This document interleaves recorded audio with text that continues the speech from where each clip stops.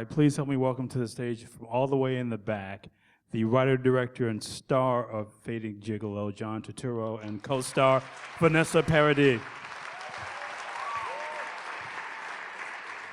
So let me start with you, Vanessa. Tell me about your first meeting with John. What was that like? It was fun. We met a year and a half before we shot this movie for another project. And we had a really nice talk. We got along. And then this movie didn't happen. But then a year and a half later, John proposed me this role, which I was so happy about. I was so happy. Well, how did he describe it to you when he was telling you about the material? What did he say about the part? Well, I think I first got the script. He didn't tell me about the part. I sent her the script. I said, "There's a script that's, I'm going to send it to you," and that was about it, right? So you didn't tell her anything about it? You just I don't know. Did I? I don't remember if I told you it was about prostitution and religion.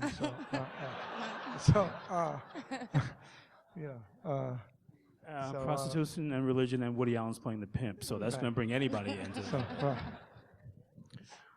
But I couldn't, I really can't really imagine anyone else doing what Vanessa did in the film. She,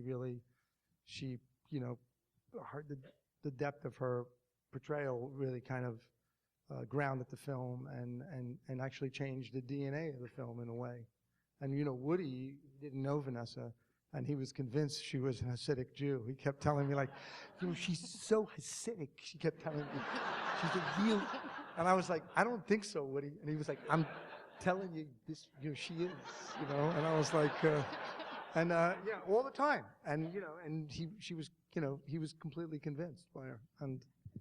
But I think what she did is I don't want to embarrass her, but it's really rare to see someone who can be that graceful and that, delicate and beautiful in the film. And it's just,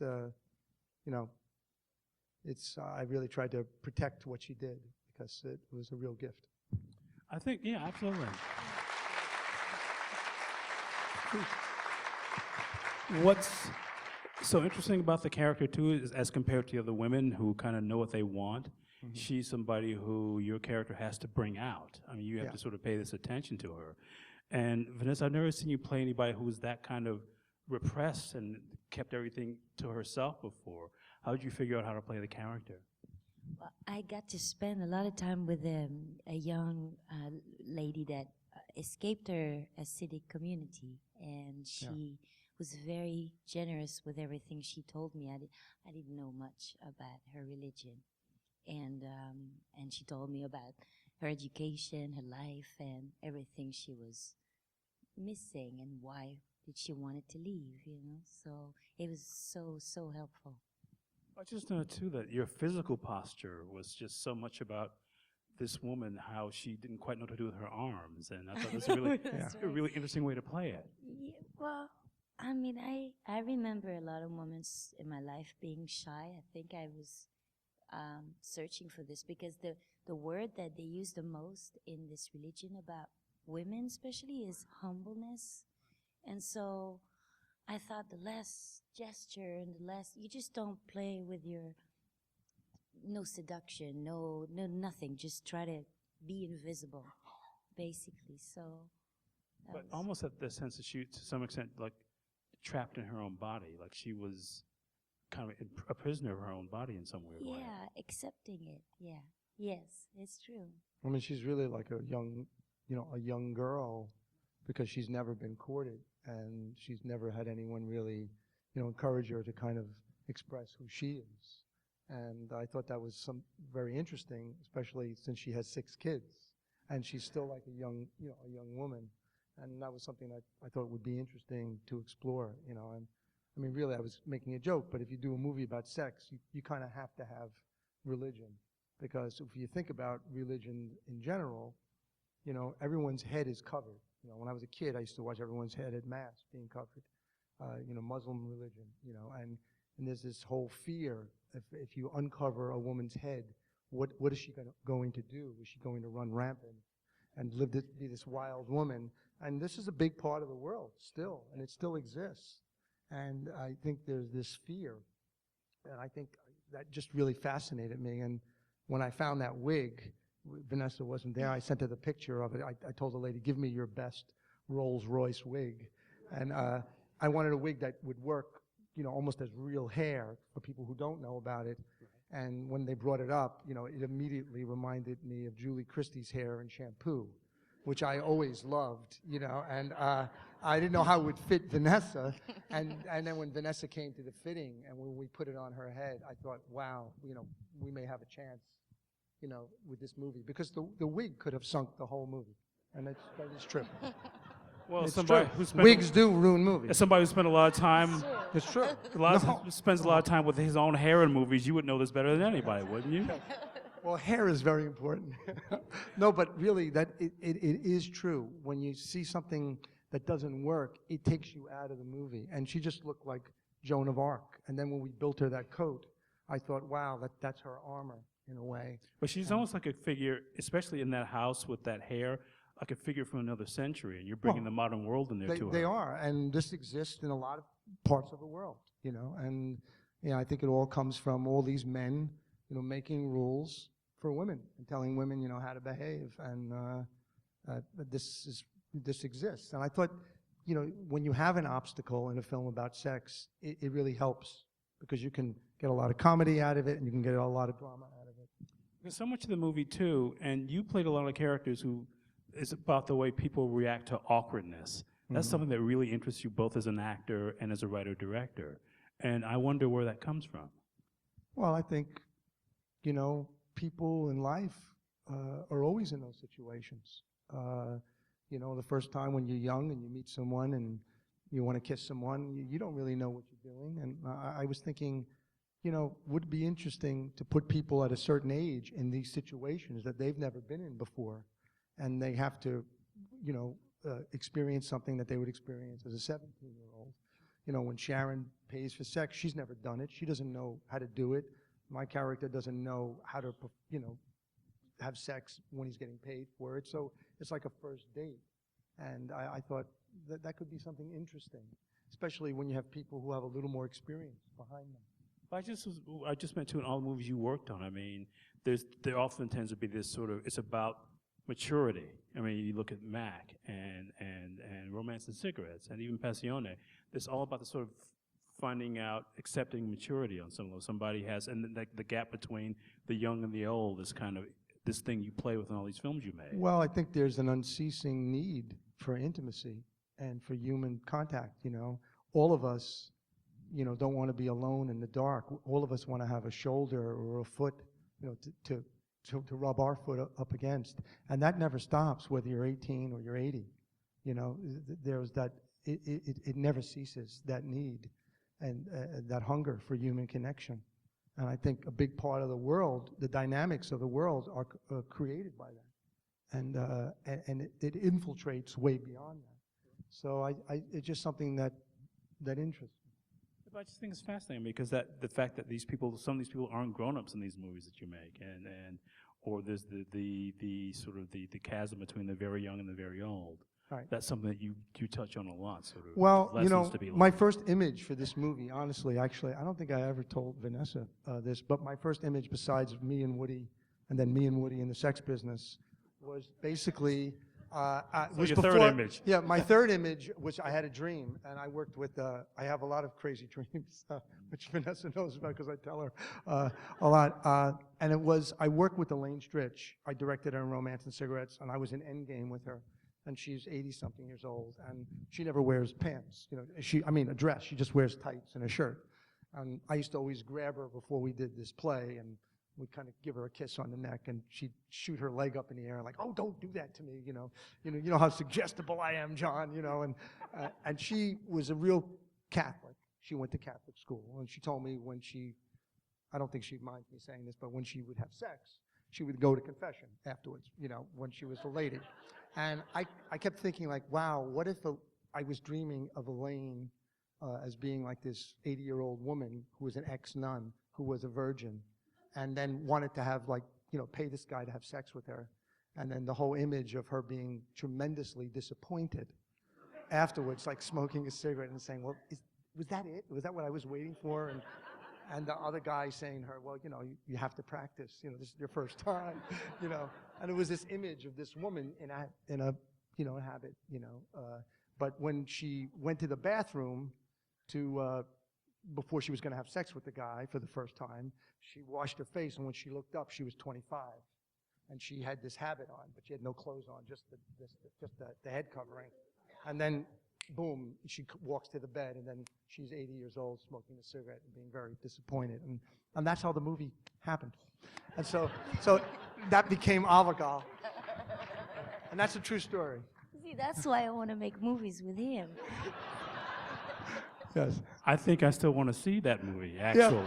Well, I think I still want to make that movie. When I told it to Woody, he was like, well, he said, it's pretty extreme. He was like, I don't know if I want to see that. I said, well, I want to see it. So, but these things, and then it's like an itch, and then you scratch it. And Woody encouraged me to really kind of try to make it as nuanced and as layered as possible, because he said, the more sophisticated it is, it won't run out. The idea will develop, and it won't stop after 20 minutes. So yeah, it just sort of it gives it like a subtext. Oh yeah, I mean, anytime you have you can have a crazy idea, but then in the end, you're gonna discover things, and there's gonna be human costs and human ramifications. You're laughing, and then all of a sudden, it's something happens that changes that. It's interesting because we're talking about this. I find myself thinking, Vanessa, that even though you're playing a character who's got these real old world attitudes, I think that kind of sort of repressed aspect is being particularly American. Did it feel that way to you? I'm not sure I would say. I think it felt very much universal to me. And so that's why, when I'm asked, like, how did you feel? How did you learn, do your character? You also can look in each other's life with different situation of this trap and solitude. We all can feel at some degree, in our life, and so you can relate to that. That's why my character, I play somebody very extreme that comes from an extreme community, but you can, it's the metaphor to a lot of us. Yeah, I mean, she's a metaphor for a lot of women, even women, who are in a religious community, I think. And I think that's, when she goes and testifies, she wants to stay in the community, but, there's all these men there, and I think that's really like the whole movie, because when she talks about loneliness, you can be in a relationship and you can be extremely lonely, and you can not be in a relationship, you can lose a relationship, but I think that's something we all deal with, and like I said before, we all have this need for human contact, and human connection. So. Well, but as you're talking about this in Mac and in Romance and Cigarettes, in this movie, there's often a protagonist who really is kind of a loner, or this, even when he's in a family, like in Romance and Cigarettes and Mac, this guy these guys who don't really connect the people around them, and these figures really live in your movies for some reason. I wonder where that comes from.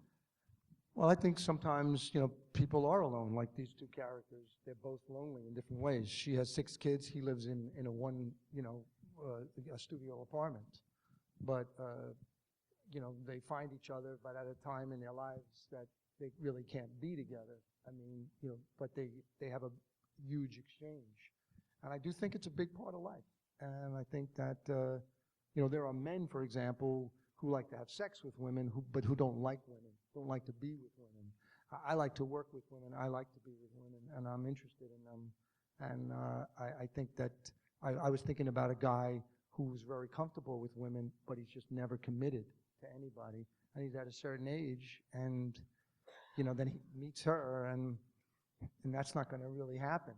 So I thought that could be interesting, and I like those characters, like the guys who, in a way, Paul Auster, the writer, who's a friend of mine, saw the movie. He said he's basically a cowboy, but he works in a florist shop, or he's like a samurai who works in a florist shop, and that's it. So you say the same thing about the character you play in Mac. I mean, the same kind of guy who's this sort of big, iconic, bigger than life figure in some way. Yeah, but he's more like, he expresses himself more. This guy is a more gentle guy. He's also the calmest guy you've ever played in a movie. I mean, you tend to play Yeah. people who can be a little hysterical sometimes. Well, And that's kind of exhausting for me, to be honest.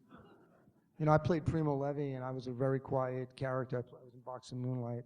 And I'm really kind of like... even then when you play Levy, there's still this kind of intensity that he doesn't speak. Right. And Fiorviante is he's at peace with himself. Yeah, I mean, you know, I really did think of it as kind of like a samurai type of, you know, a guy who's, you know, a loner and who's quiet. And I based it on a few people I know who are really great with their hands. You know, who can cook, who can take an engine apart, who can do, you know, plumbing, who can do everything. And there's something very attractive about a person like that because they're able to actually do things and not, they're the opposite of a salesman. There's a confidence that comes from the people who, because that's what's so great, the tension in these scenes that she doesn't quite know what to do with her body and you're completely at home in your body. And there's something really seductive about that underlying tension in that kind of physical space that both these characters inhabit. I think is a really sexy thing to watch. Well, once again, there's an obstacle, right? I mean, we have something to play. I mean, in those scenes, you can't touch each other, you know, and I always knew when I stumbled upon the wig thing that would be a big moment, you know, in the film. And we took a lot of the dialogue out of that scene because it works, you know, without it. I don't know how you felt about that, but I felt... Yeah, no, of course it says it's such a grand gesture, and taking the wig is like giving the key to freedom, saying you're allowed to look at the sky and the world and be kissed. Yes, but I just wonder, because he's talking about the wig, did the wig feel that right to you when you saw it? Do you feel like this is the way what this character would have? Did that wig make sense to you? Well, they do wear wigs. I mean, with that specific wig that he's talking about putting on you, yeah. That one I thought was pretty, and then it, you know, it helped me act also because I felt completely like in a corset from head to toe, you know, because I had the tights also. Everything was tight, you know, the wig, the clothes, and that really helps to have that body gesture as well. But she's able to look, you know, very elegant, and that's all real, you know, real clothes that we just bought off the rack. But Vanessa can just, you know, embody it in a very beautiful, postural way. I was walking in Manhattan Street with the Dalida song playing in the street. It was just like so beautiful and so surreal. And I think, my character was filmed with lots of love also. Because, yeah, the physical, the costumes are not the most seductive, attractive clothes, but then, you know, there was the right wind and the wig at the right moment. And it's cinema. Yeah. I'm glad you brought music because music is key for you, and each of the movies has a very different kind of musical personality. Right. And I wonder how you settled on the music for this one. Well, I wrote a lot of the music to Gene Ammons, that album, Boss Tenor, which is an album that I grew up with in my house, and I'm a huge... Bill Schneed is that's a great seeing him that he did the music mixing for you. Yeah, and so Gene Ammons but he's kind of the soul of the film. I like music that invites you in, but doesn't tell you how to feel. And then Dalida, I bought this CD on the street in Paris for €5. I didn't even know who she was, but I knew a few of the songs, and I kind of fell in love with her. And then I found out she was actually an Italian woman who grew up in Egypt, who sung in about 5 different languages, but primarily in French. And then Vanessa sings Tu sei una cosa grande at the end, which is a Neapolitan song, which I was going to use in Passione, which I didn't, and then she learned Neapolitan to do that. And then we got Trombone Shorty, and then I discovered Trombone Shorty, and then I was listening to all his music, and I thought, well, that would be kind of great if you put that over Williamsburg, because there's all these different communities, you know, where I live. This is the world where I live, you know what I mean? When I ride my bike around the park, this is what I see. These are the people who I see.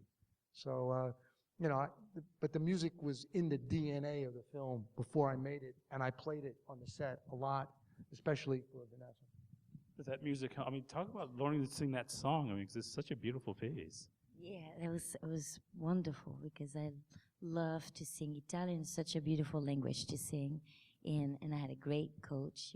Camilla, your assistant on the movie, she's from Napoli, and she taught me the phonetical, you know, sound and learned in my trailer. And then She recorded it in her backyard originally and sent it to me, and we were playing it on the street. Her recording in her backyard with her dog barking, and actually we played it on the street, on the scene that I eventually used the song in when I come out after the threesome with the money, and I played it there, and then and that's what I wound up when she recorded it for her new album, Love Songs, which is a wonderful album. And then she gave it to me, and I said, "Wow, let's try it there." So, Wow, because one of the things as we're talking about this, I realize that what the music does for your movies is it changes kind of the rate of breathing. Like there's a real tension in Romance and Cigarette for those pop songs that Right. are really kind of hard-driven and about this certain kind of tense physicality. And just the way Gene Hammond breathes as he plays gives us a really kind of cool feeling. yeah, because Gene Ammons has that buttery, big, round sound, and he really, he does all these standards, and he does these beautiful versions of it, and I'm just, I have like every CD he's ever made. But also there's something really romantic about the way he plays those standards. Oh, my God, I mean,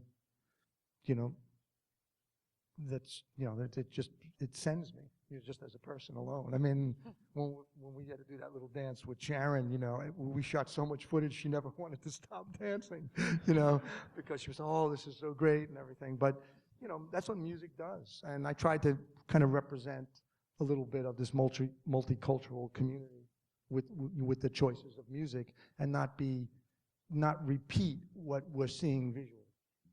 Yeah, well, it's like I was saying though before, you use basically, you in visual terms too, you want to basically set an emotional tone.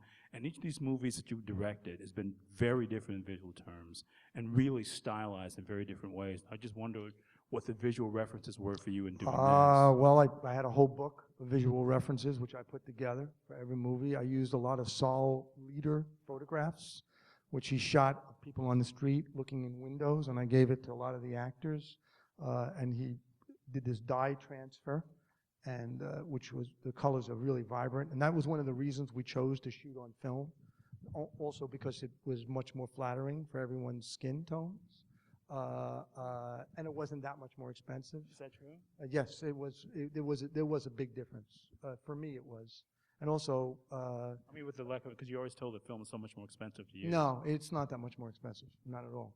It wasn't a huge difference at all. And especially if you know what you want, it just made it. And also, it's about kind of a city, a time that's passing. All these little shops going out of business, bookstores, That sense of that neighborhood dying out. Yeah, and that's why I shot it on 8mm at the beginning, to give you this sense of, okay, things are passing, and these people have to reinvent themselves. I also use Morandi paintings, the still life Italian painter, for all the color schemes in Fioravante's apartment, and then in her. Those reds and browns and his stuff are really kind of key. They're key to the movie. That's it. As a matter of fact, to get Woody out of his khaki pants was a huge thing. And we said, Woody, you are not going to wear khaki pants. You're going to have burgundy pants. And he was like, okay, I have a black jacket on Woody. And, he was, and everyone said, you look great. And that was a big thing. But, her stripes, then I have stripes, which balance her stripes. And so, everything is designed, everything.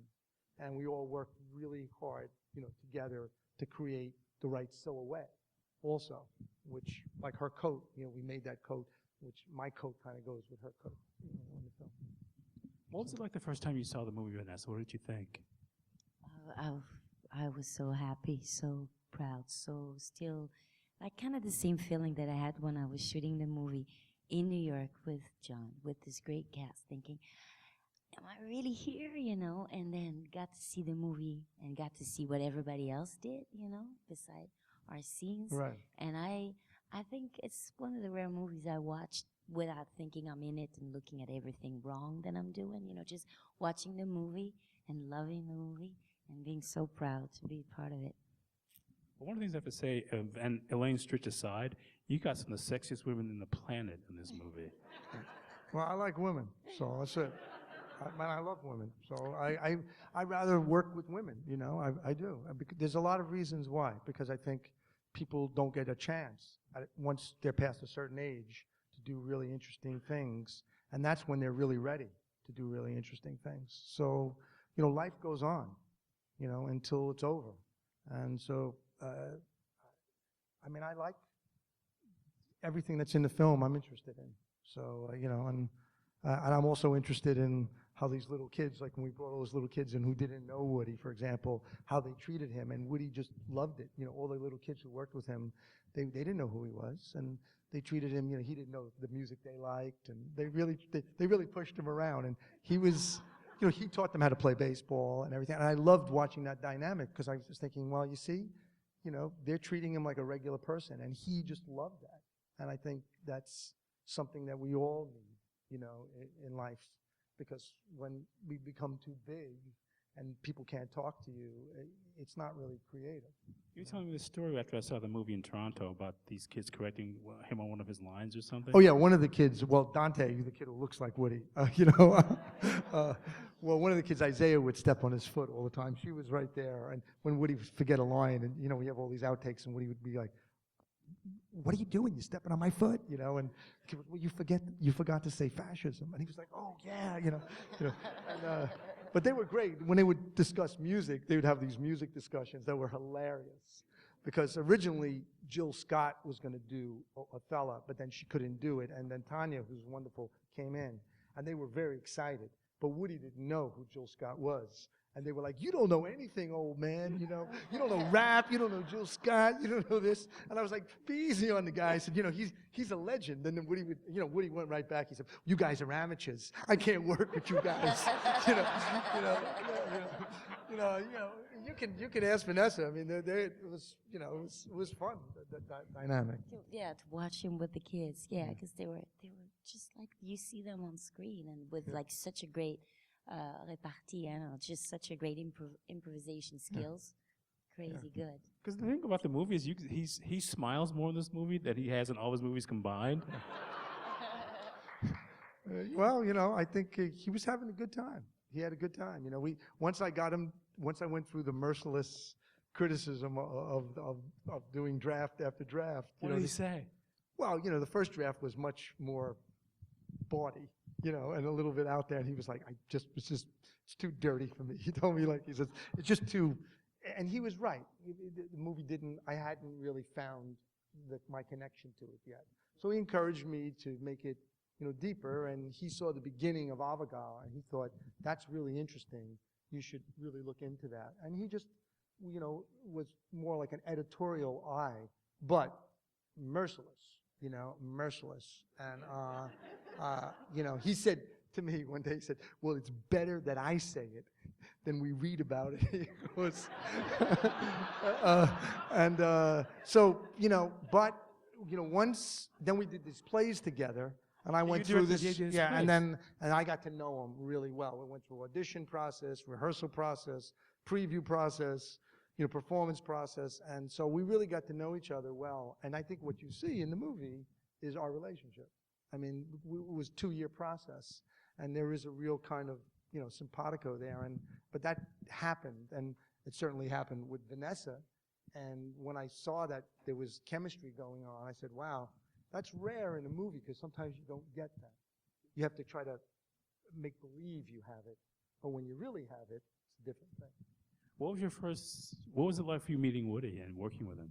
Oh my God, it was on set, in my costume. I had a turban, and the first scene is when he comes with his kids, and I had to pick the lice out of his big afro hair with that tiny comb, and I had all these lines, and I was afraid to hurt him, to pull his hair, and I have Woody improvising all his lines, and I don't know when to come in, and I'm nervous, and it was, but you know what? It was full on. I just went. It was great. I had all these things to do. I think it kind of put my anxiousness, kind of away, because I had to be good.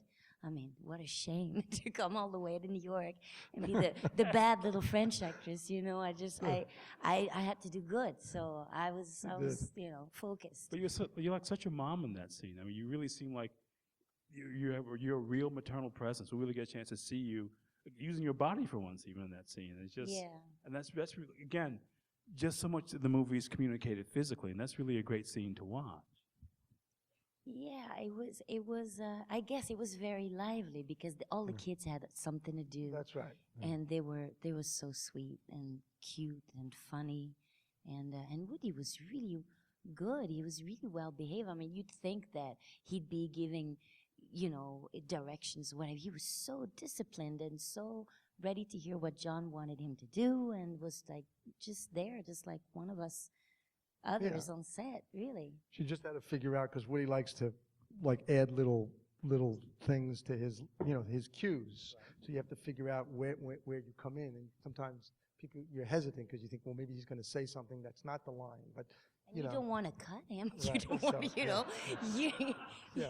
so it's but then you get used to it, and she got used to it right away, and then they were off to the races. But he was so easy to work with, and both Vanessa and Woody were like star pupils, because you asked them to do something, they came ready, prepared, they didn't take long, and Woody doesn't take long at all. He gets stressed on the set. So Really? yeah, no, but you could ask him to be more delicate here or that, and he just listens and he paces himself, and he's a complete disciplined guy. He comes there ready to rock and roll, and I was a little shy the first day. He wants to be directed, though, you're saying. Yeah, I mean, the first day was just me and him, and he was nervous and I was nervous. So for the first half an hour, he was fumbling with his lines, but once we got past that, it was very easy. And I didn't even use the playback. We would look at each other. I'd say, I think that was good. What do you think? And he said, yeah. And then we'd say, oh, let's do another one. And he would always vary it, and I would vary it like a jazz musician, a little bit. And then I wasn't going to go and watch what we had done. And then I just felt, okay, it's going well after about an hour. And then we just got on with it. Well, let's thank these guys for being here. Thank you guys so much. Thank you for having us. Thank you. Thanks, man. Thanks.